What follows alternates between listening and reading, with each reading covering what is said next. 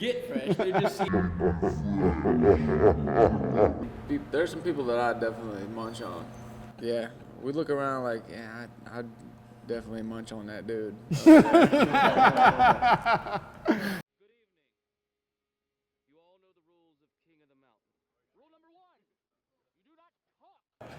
There are a lot of similarities between the self-sufficiency of Alabamans like Cambo and certain Alaskans.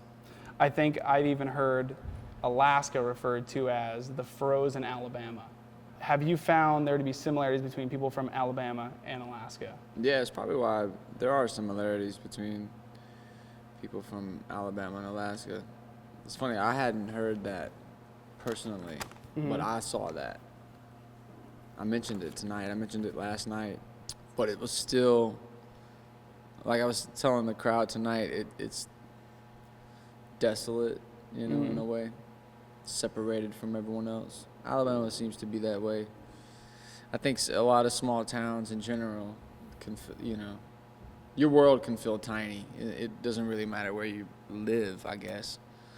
But I know that when I was growing up, we definitely felt apart from everyone else. I think that's what they mean. I mean, besides the mullets. Here? As soon as we landed at the leather shop.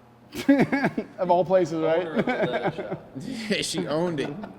She's like, well, Elvira came in here and she told me I should have this haircut, and I got it. No, not feathered, moosed and spiked about 3 inches, and then the rest was like down to her knees. Waterfall. Damn.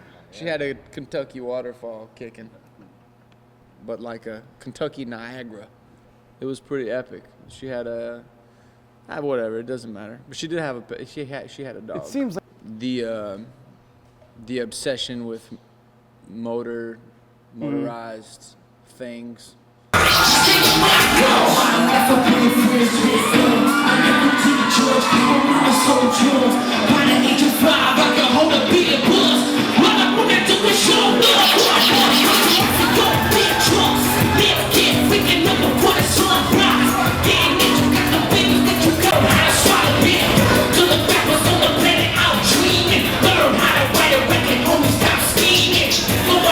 So in some recent interviews, you've mentioned becoming the music, quote unquote, as in a physical transformation that kind of mirrors your art. How do you think that physical transformation helps develop your sound? Not at all. Like that has nothing to do with developing it. It's exactly the opposite. You know, you go in the studio and you're making music. Well, for me, I could probably speak for everyone here. I mean, feel free to shit. pass the mic if you want to, you know. Hell no. Okay, all right. No, I'm just joking. No, but yeah, I will. But I would just say, like, you know, definitely becoming the music through, you know, the clothes and the hat or the boots, whatever. It just happens, you know, and it becomes a part of what you're doing. But the clothes, the boots, and the hat doesn't come before the music. You know, it doesn't fucking like, I'm gonna go find boots and hats and then make some shit to match it. It's like, you know, you just get you're in the zone and you just start. For me, my influences, you know, growing up, all of ours are just kind of like, man, this is kind of what's up. We had a discussion at dinner the other night, like, you know, my dad, he's not my natural father, but he became like my father, and it is my father at like 14. I always looked up to him, but I didn't. Like, he rode rodeo in his early 20s and drove a Harley and would, you know, like leather vest, no shirt, chopper. He was just a badass, and he's been wearing boots for 30 years, you know, and smoking cigars and fucking just being, now to me is like, damn, man, you've been a G for a long time. Like, you know, just looking up to him and, you know, going through my own phases as everyone does, you know, I just kind of grew into appreciating things differently, you know, and it's just like a outward expression of that, you know, and everything that I do and that we do as a crew just comes natural. Like, I don't suggest to these guys what to do or what to wear, you know. I think we influence each other, you know what I'm saying, just without talking really, but, you know, that's what's dope about the unit. It's like, it's not a gimmick, although it could seem like that if you listen to my music like 4 years ago or 5 years ago and you saw me at one point and then you jump into my world 5 years later, like, you missed a lot. After the show, I stayed 5 extra days just so I could kick it in this fucking city. 'Cause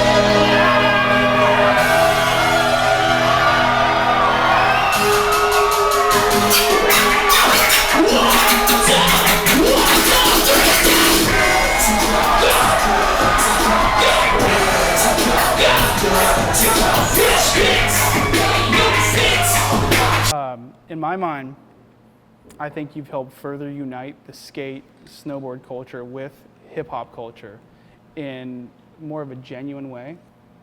Do you find that kind of genuineness to be relevant or true to, I guess, your fan base and who you are? Do you see it uniting? I used to think that skateboarding was way more important to, I guess, my connection to people than it actually is. Mm-hmm. Skateboarding has changed so dramatically in the past 10 years, and I don't know much about snowboarding. I became really good friends with Louis Vito and Trouble Andrew, and, you know, the Good Life crew, Mm-hmm. Frank 151 crew, you know, and Mm-hmm. some of the Nike family when I first came in, but mainly Trouble and Louis. Mm-hmm. Those are the two people who introduced me to snowboarding, genuinely, like, took me snowboarding and taught me how and, like, you know, put me on the mountain. But I don't think that now, I love skateboarding and always will. I'm a huge fan of it and I do it, but I never wanted to exploit it. But I did tray flip a 9-inch skateboard and some snakeskin boots. It was pretty tight on a bus. Nice. I want to tray flip this in snakeskin boots. So then, then I had to. I pulled it though. Nice. This dude can manual for days. Oh yeah. I skated for like 3, and then I skated for like 3 years, and whatever. But no, it's cool. I've always appreciated the culture, and I skated for a few years, and that's what got me into like punk rock music when I was like 13, 14 years old, and that's really what I thank for that, is skateboarding and that culture. But it's I feel like right now, kind of like Will Ferrell with this mic, like, I don't know what to do with my hands, Anchorman, or Talladega Nights. I don't know what to do with my hands. So here. You hold it. Yeah, you take this fucking really uncomfortable mic. You take this dick mic. Dick mic. join from the front of the stage and we can all go in the fucking race. Somebody please fire us and join from the front of the stage.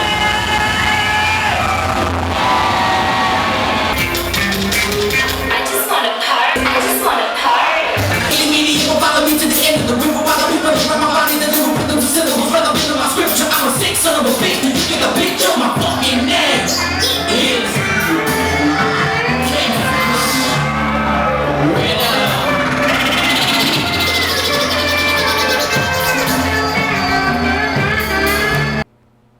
you're very socially conscious. This is something that I've noticed in the sense that you care about how people treat each other. So there's been a lot of violence in Anchorage this year, shootings, homicide, things of that nature. What would you say to a small community that has this issue currently?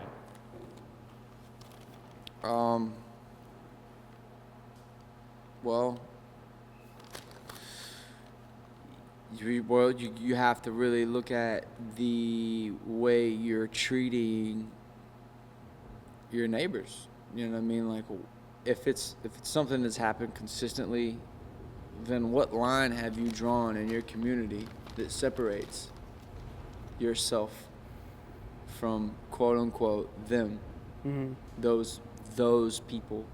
Who are those people? Why is this a problem? And why is there a cultural line between the people with a cabin at the bottom of a snow lift and the people at the trailer park?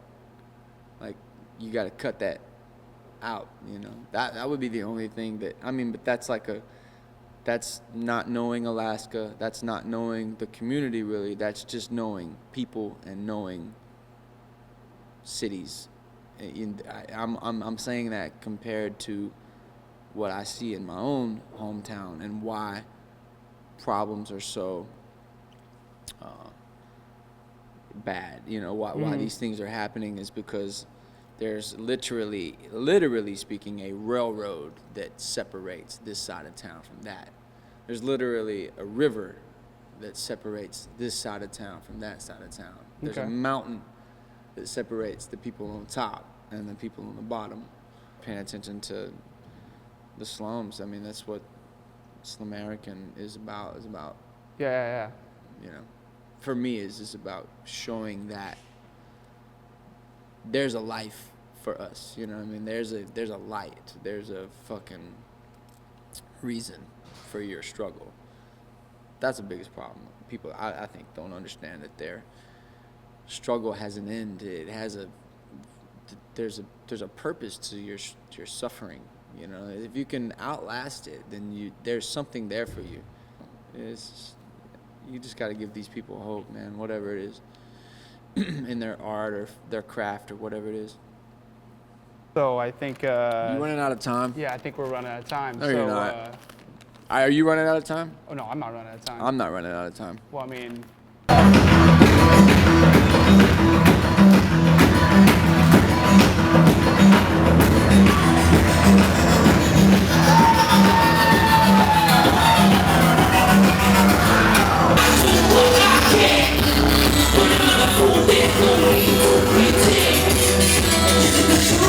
So a lot of local artists that stay in Alaska, meaning if they don't get out, they tend to only amount to kind of like local fame. Do you think that you had to make it out of Alabama in some way, shape, or form to realize maybe your full potential? Or that it would have happened no matter what?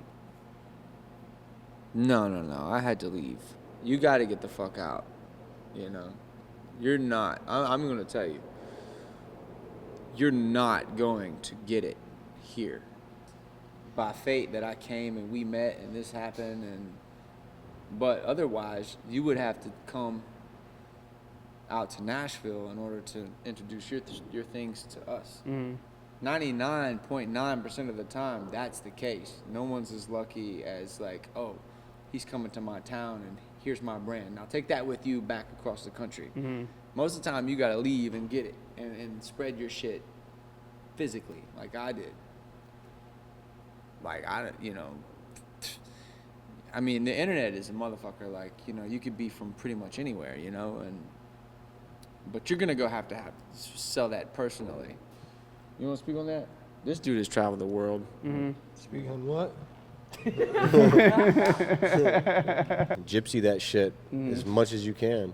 Do you have any specific incidences that really like kind of was a pivotal moment? Yeah, well, it was competitions in my case, like in around like 98, 99, 2000. I was winning championships, and you know, when you're winning titles at that point, you would get booked to do your championship routine. So you'd want to do everybody from like, you know, fucking Eastern Europe to, you know, South Korea, you know, they would book you. So anyway, I was doing all that shit back then, and it's important, you know, to be a part of different parts of the world, showcasing your talent. Almost inevitably, no matter who you are or what your art is, if it's visual art, music, whatever, you kind of have to like, if you're Andy Warhol, you're Aretha Franklin, you're like whoever, across the board, you have to create this persona of yourself. And if you stay in the same small place that you're from, everybody already knows you there. You know what I mean? You can't really complete this like bigger, larger than life image, you know, if you stay in that same place, man, because everybody knows who you are. They're like, oh yeah, that dude, you know, Bones. You mean the kid that, like, you know, that kid that used to run a 5-minute mile down there on the track, you know, or like that dude that got like 3 rebounds every game in high school, you know. It's like, dude, everybody knows you like lame shit about you, man, you know, like, so like you have to go. They got all your skeletons. Yeah. You gotta lead, man. You gotta go and be Like, motherfucker, and you know create too much yourself. about me. Yeah. Small I gotta go town. somewhere where motherfuckers don't know that much. Yeah. I can't be cool here. You gotta be the new kid in school. You just gotta come in fresh. Like, I'm the freshest motherfucker. They didn't see you get fresh. They're just seeing you fresh. Yeah. Well, but same thing. If you're from Tennessee and you want to be like a crabber, you can't catch any crab in Tennessee. You got to go where it's happening. You'd have to come somewhere like this or whatever, you know? I don't know. I think it's just, you know, you got to chase it, man. Chase that neon rainbow, man. Live that honky tonk dream. Like, I'm the freshest motherfucker. They didn't see you get fresh. They just see